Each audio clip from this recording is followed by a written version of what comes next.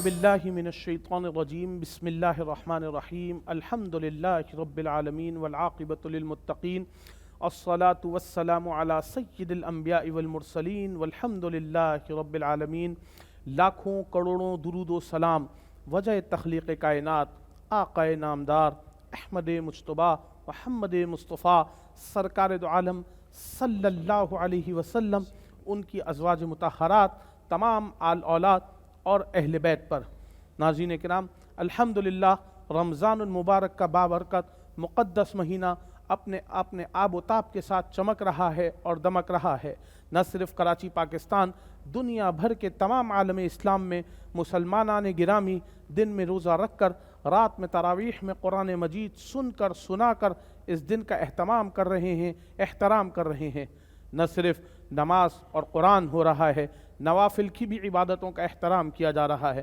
اللہ رب العزت نے ایک ایک نیکی کے اوپر 70 گنا ثواب لکھا ہے۔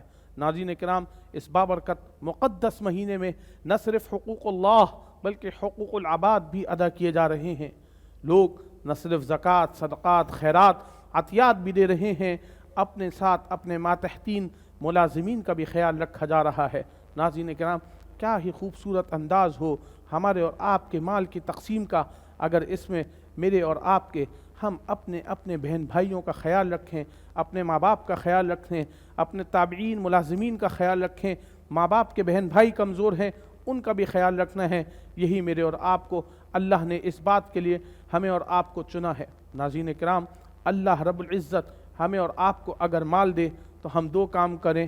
ناظرین کرام، جہاں چاہتے ہیں صدقات دیجئے، خیرات دیجئے، عطیات دیجئے، زکوٰۃ دیجئے، لیکن دیکھیے کہ کہیں آپ پر آپ کے بیوی بچوں کا کوئی حق رہ تو نہیں گیا، آپ کے اپنے بہن بھائیوں کا کوئی حق رہ تو نہیں گیا، آپ کے ماں باپ کے بہن بھائیوں کا کوئی حق رہ تو نہیں گیا، ان کی آل اولاد کا کوئی حق تو رہ تو نہیں گیا، کیونکہ یہ دین صرف حقوق اللہ پہ نہیں بنا، حقوق اللہ کے ساتھ ساتھ حقوق العباد کی بھی بنیاد ہے۔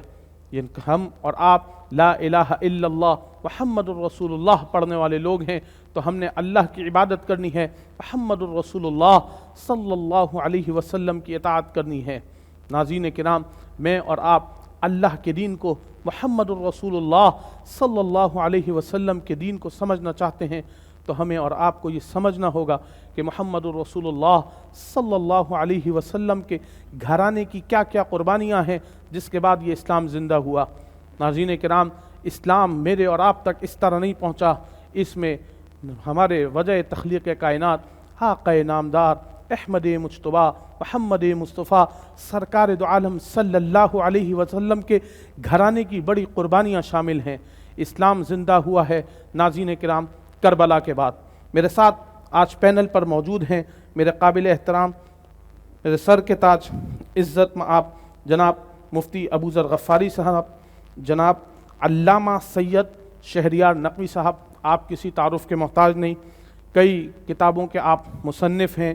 مفاتح الحاجات، بروز استغفار امیر المؤمنین حضرت علی رضی اللہ تعالی عنہ، اور ایک آپ کی کتاب جی روزے داروں کے اوصاف۔ آپ خود کسی تعارف کے محتاج نہیں۔ ان کے ساتھ پینل پر جوائن کیا ہے مجھے حافظ حامد رضا صاحب اور نعت خواں سعید احمد مدنی صاحب نے۔ ناظرین کرام، اپنے پروگرام کا آغاز کریں گے تلاوت کلام پاک سے، جس کے لیے میں ملتمس ہوں جناب حافظ حامد رضا صاحب سے۔ اعوذ باللہ من الشیطان الرجیم، بسم اللہ الرحمن الرحیم۔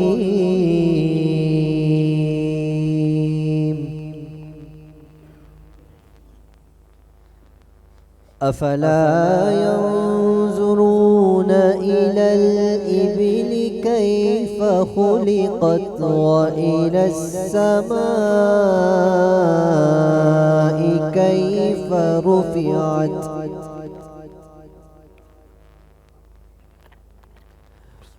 وإلى الجبال كيف نصبت وإلى الأرض كيف سطحت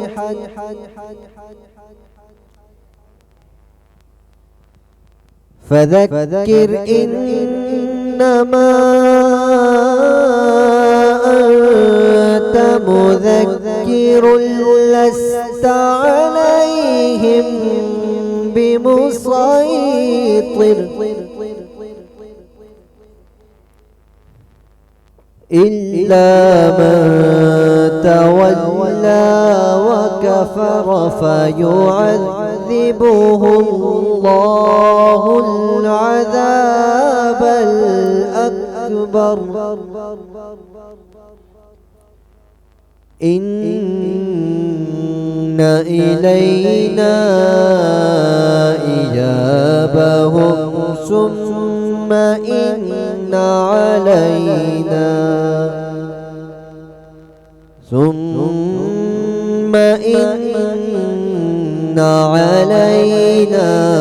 حسابهم آمنت بالله صدق الله العظيم.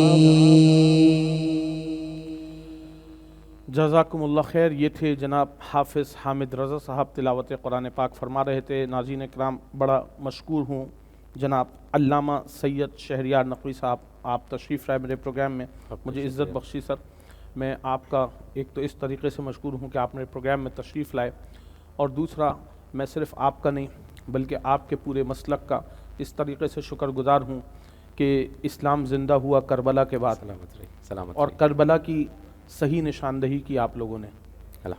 کربلا کا جو واقعہ ہے اور جو کربلا کے معاملات ہیں، جو کچھ اسلام کی تاریخ ہے، میں نے کئی کتابوں کا مطالعہ کیا. جس طریقے سے کربلا کو آپ لوگوں نے بیان کیا، آپ نہ ہوتے تو شاید پتہ نہ چلتا کہ کربلا کا. کچھ سنائیے حضرت، آپ کیا بتائیں گے وجہ تخلیق کائنات آقا نامدار احمد مجتبیٰ محمد مصطفیٰ سرکار دو عالم صلی اللہ علیہ وسلم، وہ نانا جن کے نواسہ رسول جنت کے سردار امام حسین رضی اللہ تعالیٰ عنہ، امام حسن رضی اللہ تعالیٰ عنہ، میرے نبی کے گھرانے کے اوپر میں آپ سے بات کرنا چاہتا ہوں. مجھے وہ بات بتائیے جو جس شاید میرے علم میں کوئی کمی ہو، میرے سمجھنے میں کوئی کمی ہو، میں آج آپ سے وہ بات کرنا چاہتا ہوں. آپ میرے پروگرام میں تشریف لائے، اس کے لیے میں آپ کا مشکور اور ممنون. اعوذ باللہ من الشیطان اللعین الرجیم، بسم اللہ الرحمن الرحیم.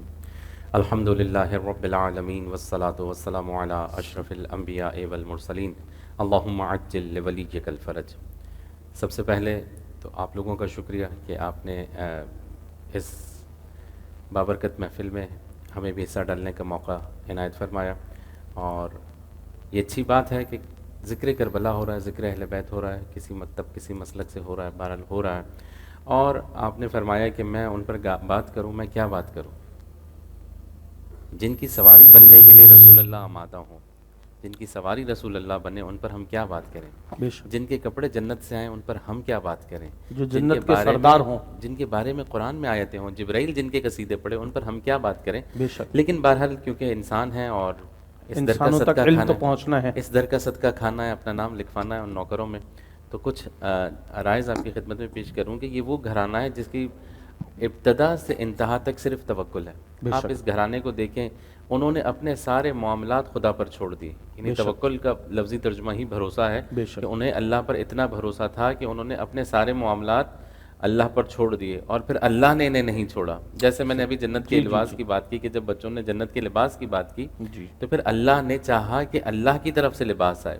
اسی طرح بہت سے معاملات ہیں. آپ دیکھیں کہ جب اس در پہ کبھی کوئی سائل سوالی خالی نہیں گیا، یہاں تک کہ بچوں نے روزے رکھے ہوئے، 3 دن کا مسلسل روزہ چل رہا ہے اور 3 دن مسلسل سائل آ رہا ہے. افطاری کے وقت آ رہا ہے، کھانے کے لیے محدود سا سامان ہے جو 3-4 افراد کے لیے، 5 افراد کے لیے کافی ہے، وہ ہے. اب اتنے میں ایک سائل آتا ہے اور آ کر سوال کرتا ہے کوئی ہے جو مجھے دے دے. اب وہ بھی دے دیا، دوسرے دن پھر آیا وہ دے دیا، تیسرے دن پھر آیا دے دیا. یعنی یہ دینے والا گھرانہ ہے. صرف اتنا ہے کہ کوئی قدم آگے بڑھائے، ان سے لے، جھولیاں پھیلائیے، پھر دیکھیے یہاں سے اس در سے کیسی خیرات ملتی ہے. اور سب سے بڑی خیرات جو اس دروازے سے ملتی ہے، اس گھر سے ملتی ہے، وہ علم کی خیرات ہے. اور یہ علم والا گھرانہ، یہاں تک کہ آپ سب نے یہ حدیث سن رکھی ہے کہ انا مدینۃ العلم علی بابھا، کہ میں علم کا شہر اور علی اس کا دروازہ. اس دروازے پہ آنے کی ضرورت ہے، اس دروازے پہ جھکنے کی، تلمس کرنے کی ضرورت ہے. التماس کیجئے، بالکل ملے گا. یہاں تک کہ اب اس گھرانے کا علم اور ادب کے ساتھ تعلق دیکھیے کہ امام حسن علیہ الصلوۃ والسلام ایک دفعہ گھر میں آئے اور مسجد کے جو حالات ہیں، مسجد میں جو وحی نازل ہوئی، وہیں پہ جو گفتگو ہوئی، وہ عیناً جناب فاطمہ سلام اللہ علیہ کی خدمت میں عرض کی۔ امیر کائنات مولا مشکل کشا حضرت علی علیہ السلام گھر میں تشریف لاتے ہیں اور جناب سیدہ پورا واقعہ بتا دیتی، پوچھتے ہیں یہ تو وہی الفاظ ہیں، الفاظ میں کوئی رد و بدل بھی نہیں ہے، یہ آپ تک کیسے پہنچے؟ کہا کہ آپ کے صاحبزادے حسن نے مجھے تفصیلات بتائیں۔ اب امیر کائنات کو سن کر بڑا اچھا لگا کہ یہ بالکل ویسے ہی الفاظ، اور علم کی جو وہ ہے نا کیا کہتے ہیں کہ علم کو نقل کرنا آگے تک، وہ بھی بڑی ذمہ داری اور اس کے ساتھ کہ عیناً وہی الفاظ۔ 2 دفعہ ایسا ہوا، تیسری دفعہ فرمایا کہ میں خود یہ باتیں سننا چاہ رہا ہوں۔ ایک دفعہ جناب سیدہ نے فرمایا کہ اس وقت پر نماز کے بعد مسجد سے تشریف لے آتے ہیں اور آپ آ جائیے گا۔ امیر کائنات وقت سے پہلے تشریف لے اور پردے کے پیچھے گئے، اور امام حسن علیہ السلام، اب اس ماحول کو، منظر کو ذرا فیل کیجئے کہ جب وہ گھر میں تشریف لائے اور جناب سیدہ سلام اللہ علیہ پوچھتی ہیں کہ بیٹا آج کیا ہوا؟ ایک لفظ کہنے کی کوشش کی، نہیں کہہ پائے۔ بیٹا کیا ہوا؟ پھر بتائیے، پھر کہنے کی کوشش کی، نہیں کہہ پائے۔ اس کے بعد ایک جملہ کہا، یا اماں قل لسانی وقل بیانی لعل سیدہ یرعانی، یا ایک اور روایت میں لعل سیدی یرعانی، اے اماں میرے الفاظ میرا ساتھ چھوڑ گئے، میری زبان میرا ساتھ نہیں دے رہی، کیونکہ مجھ سے بڑھ کر کوئی عالم یہاں پر موجود ہے۔ یعنی علم کا ادب یہ ہے کہ اگر آپ سے بڑا کوئی عالم ہے تو آپ کی زبان پھر اس اعتبار سے خاموش رہے کہ ہم سے اگر بڑا موجود ہے کہ وہ بات کرے۔ اب علم پہنچا بھی رہے ہیں، علم دے بھی رہے ہیں، لیکن ادب کے ساتھ، اور خود سے بڑے کے سامنے گفتگو نہیں کرنی۔ اب وہ بھی اتنا بڑا عالم کہ جب ممبر پر بیٹھیں تو کہیں اس سے پہلے کہ میں تمہارے درمیان نہ رہوں مجھ سے پوچھو، میں زمین سے زیادہ آسمان کے راستے جانتا ہوں۔ تو یہ وہ گھرانہ ہے، اور یہ وہ گھرانہ ہے جس کے دروازے پر آ کر نبی اکرم اکثر سلام کیا کرتے، السلام علیک یا اہل بیت النبوہ، اے نبوت کے گھرانے والوں تم پر سلام ہو۔ تو اس سے بڑا گھرانہ کون سا ہو سکتا ہے؟ اس سے بڑا خاندان کس کا ہو سکتا ہے؟ اور انہوں نے سب لٹا دیا۔ جیسے آپ نے کربلا کی بات کی نا، تو امام حسین علیہ السلام جب کربلا پہنچے، میں کربلا کی طرف نہیں جا رہا ہوں، صرف ایک اشارہ کر کے آگے نکل جاؤں۔ کربلا کی طرف آپ نے جانا ہے سر، وہ سننا ہے میں نے بھی اور میرے ناظرین نے بھی۔ ٹھیک ہے، تو دیکھیں کربلا میں جب انسان فطرتاً ایسا ہے یا طبیعتاً ایسا ہے کہ انسان جب کسی مصیبت میں، پریشانی میں گرفتار ہوتا ہے نا، تو خود سے زیادہ مصیبت زدہ کو دیکھتا ہے، بے شک، اور اس کی پریشانی کچھ کم ہو جاتی کہ جب ادھر اتنا سب کچھ ہو گیا، میرے ساتھ تو ایسا نہیں ہوا۔ ایسا اکثر ہوتا ہے، اور یہ حالات ہیں ہم سب کے۔ جب ہم خود سے کمتر کو دیکھتے ہیں تو ہم تھوڑا سا تسلی ہو جاتی ہے کہ چلیں ٹھیک ہے۔ لیکن کربلا ایک ایسا واحد معرکہ ہے جس میں آپ کو کہیں پر بھی، خدا نہ خواستہ کسی کے گھر میں کوئی گھر سے چلا جائے، یعنی دنیا سے چلا جائے گھر کا فرد، تو وہاں دیکھ کر اندازہ ہو جاتا ہے، وہاں بوڑھے بھی شہید ہوئے، وہاں جوان بھی شہید ہوئے، یہاں تک کہ 6 مہینے کا بچہ بھی چلا گیا۔ اور صرف شہید کرنے والوں نے صرف یہاں پر وہ ختم نہیں کیا۔ اگر آپ کربلا سنتے ہیں تو میں کیا کیا سناؤں، مجھے بتائیے۔ 18 برس کا جوان جس کا چہرہ جو ہے رسول اللہ صلی اللہ علیہ وسلم سے ملتا ہے، اس کے جگر میں برچھی اتار دی گئی۔ 32 برس کا بھائی عباس جس کا نام ہے، اس کے بازو قطع کر دیے گئے۔ 13 برس کا قاسم جس کے امام حسن علیہ السلام والد ہیں، اس کا جسم تقسیم کر دیا گیا، گھوڑوں کے ساتھ پامال کر دیا گیا۔ 6 مہینے کا بچہ علی اصغر جس کی عمر اتنی نہیں تھی جتنا بڑا اس کا تیر تھا، جس تیر سے انہیں شہید کیا گیا اور پھر اسے نیزے پہ بلند کر دیا گیا۔ اس کے بعد امام حسین علیہ السلام کیا فرماتے ہیں، اے قوم میں تمہیں عباس کا خون، اکبر کا خون، قاسم کا خون، یہ سارے خون معاف کرتا ہوں، ایک دفعہ اللہ کے راستے پر آ جاؤ۔ اس سے بڑھ کر اور کیا ہوگا؟ اس سے بڑا دل کس کا ہوگا؟ امام حسین سے بڑا جگر کس کا ہوگا کہ اتنا سب کچھ ہونے کے بعد صرف مقصد یہ ہے کہ جس میرے نانا نے اتنا دین کے لیے سب کچھ کیا ہے، کہیں وہ دین ختم نہ ہو جائے، اس راستے پر آ جاؤ، میں سب معاف کرنے کے لیے تیار ہوں، لیکن میرے خون سے اپنے ہاتھوں کو رنگین نہ کرنا، کیونکہ میں امام وقت ہوں۔ ایک دفعہ امام وقت کے خون سے تم نے اپنے ہاتھوں کو رنگین کر دیا تو تمہاری دنیا بھی گئی اور آخرت بھی گئی۔ امام وقت یہ ہے کہ آخری وقت میں جب ساتھ کوئی نہیں، اس وقت بھی امت کا سوچ رہے ہیں کہ ان کے ساتھ برا نہ ہو جائے۔ کیا کمال شخصیت ہے، کیا کمال امام حسین علیہ السلام، کون کرتا ہے اس طرح؟ لیکن آنے والوں کے لیے، پیچھے جو لوگ ہیں ان لوگوں کے لیے ایک مثال قائم ہو گئی کہ ابھی ہمارے گھر میں خدا نہ خواستہ کسی جوان کا خاندان میں کچھ ہو جائے تو ہم کہیں گے جب امام حسین کا جوان چلا گیا تو ہمارا جوان بھی وہیں چلا گیا، یعنی ایک تسلی ہو جاتی ہے۔ اور پھر اس کے بعد ایسا نہیں ہے کہ سلسلہ ختم ہو گیا، اس کے بعد سید زادیوں کو، امام حسین علیہ السلام کی بہنوں کی چادریں لوٹی گئیں، سر برہنہ کر دیے گئے، ہاتھوں میں رسیاں ڈالی گئیں، اور جب جناب زینب سلام اللہ علیہا امام حسین علیہ السلام کی شہادت کے بعد آئی ہیں اور اس جگہ پر بیٹھی ہیں، جب ان سے کہا کہ ہمیں کم از کم اپنے شہیدوں کا سوگ تو منانے دو، گریہ تو کرنے دو، کم از کم رونے تو دو، جب انہیں لایا گیا تو اس کے بعد دیکھیں امام حسین علیہ السلام سے گفتگو ہو رہی، جناب زینب کیا فرماتی ہیں، بھیا میں کل مسلسل دیکھ رہی تھی کہ جس شہید کا آپ لاشا لاتے ہو اللہ کا شکر ادا کرتے، لیکن میں نے دیکھا کہ آپ کی لاش مبارک پہ کسی نے شکریہ ادا نہیں کیا، بھیا میں مجبور تھی۔ اس کے بعد دونوں ہاتھ اٹھا دی اور کہا پروردگار اللہم تقبل منا ھذا القربان، پروردگار ہماری اس قربانی کو قبول فرما۔ اس سے بڑھ کر اور کون سا گھرانہ ہوگا؟ ہاتھوں میں رسیاں، پھر 4 سال کی بچی آتی امام حسین علیہ السلام کی، اور ایک جملہ کہتی ہے، بابا ایک دن پہلے تک میں آپ کے سینے پر سویا کرتی تھی، بابا میں رات بھر سوئی نہیں ہوں، جب میں نے آپ کو یاد کیا تو کسی نے مجھے تماچے مارے، کسی نے میرے گوشواروں سے خون نکالا، یعنی بالیاں چھین لی، کسی نے میرا دامن جلا دیا۔ یہ کربلا ہے، رات بھر نہیں سوئی، لیکن بابا آپ کا مقصد لے کر ہم آگے جا رہے ہیں۔ جناب زینب کہتی ہیں، بھائی میں آپ کا مقصد لے کر آگے جا رہی ہوں اور انشاءاللہ اس دین کو بچا لوں گی۔ چادریں چلی گئیں، جوان چلے گئے، سب چلا گیا۔ اگر یہ سب کچھ نہیں ہوتا، اگر یہ نہیں ہوتا تھانوی صاحب، آپ یقین کریے، میں قسم کھا کر کہتا ہوں، آج نہ میں اسلام کی بات کر رہا ہوتا، نہ آپ اسلام کی بات، بلکہ آج پوری دنیا کا مذہب اسلام کی جگہ پر یزیدیت ہوتا۔ آج امام حسین علیہ السلام کی قربانی ہے کہ مسجدوں میں اذانیں آ رہی ہیں، آج امام حسین علیہ السلام کی قربانی ہے کہ ہم رمضان منا رہے ہیں اور بہت اچھے طریقے سے منا رہے ہیں۔ آج ہم اس سیٹ پر بیٹھے ہوئے ہیں، آج ہم گفتگو کھل کر رہے ہیں۔ اگر کربلا والے نہیں ہوتے تو شاید رسول اللہ کی ساری محنت وہیں پر ختم ہو جاتی۔ نہیں بالکل، اس میں کوئی شک نہیں ہے۔ ناظرین کرام، رمضان المبارک جیسا بابرکت اور مقدس مہینہ جس میں اللہ رب العزت نے مجھے اور آپ کو صبر کی تلقین دی، روزے کے ذریعے ہم اور آپ 6، 8، 10 گھنٹے، 12 گھنٹے، دنیا میں اس سے زیادہ کیا ہی لمبا روزہ ہوتا ہوگا کہ ہم 12 اور 14 گھنٹے اللہ کی رضا اور محمد رسول اللہ صلی اللہ علیہ وسلم سے وفا کی خاطر بھوکے رہتے ہیں۔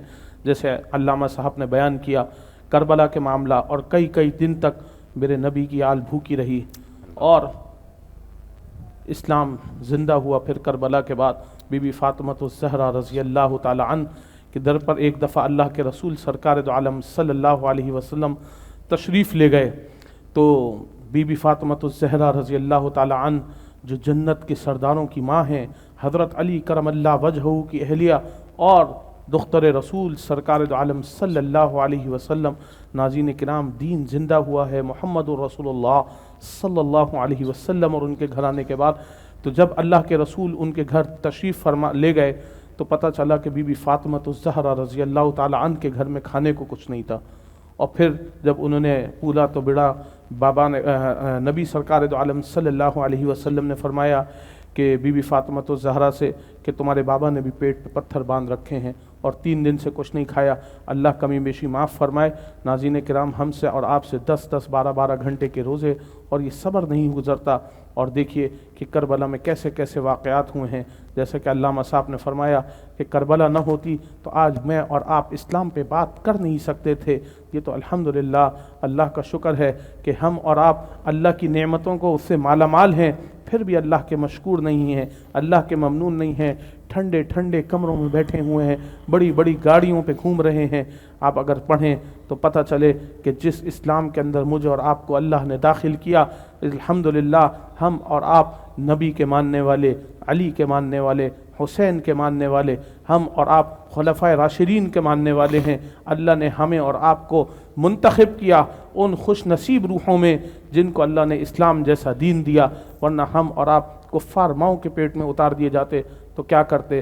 اللہ رب العزت کے کو جو ہم لوگ عالم ارواح میں جو خوش نصیب روحیں ہیں، ان روحوں میں اللہ نے مجھے اور آپ کو پیدا کیا، اور آج اور ہم الحمدللہ اللہ کے اس کے رسول سرکار دو عالم صلی اللہ علیہ وسلم کے ماننے والے، ان کے نام نیوا، ان کے خاندان کے ہم جوتیوں کا صدقہ کہ ہم اور آپ آج یہاں بیٹھے ہیں۔ ناظرین کرام، چلتے ہیں ایک چھوٹے سے وقفے کی طرف، کہیں مت جائیے۔ آپ دیکھ رہے ہیں پروگرام مسکراتا رمضان اور میں ہوں آپ کا میزبان مدثر فاروقی تھانوی۔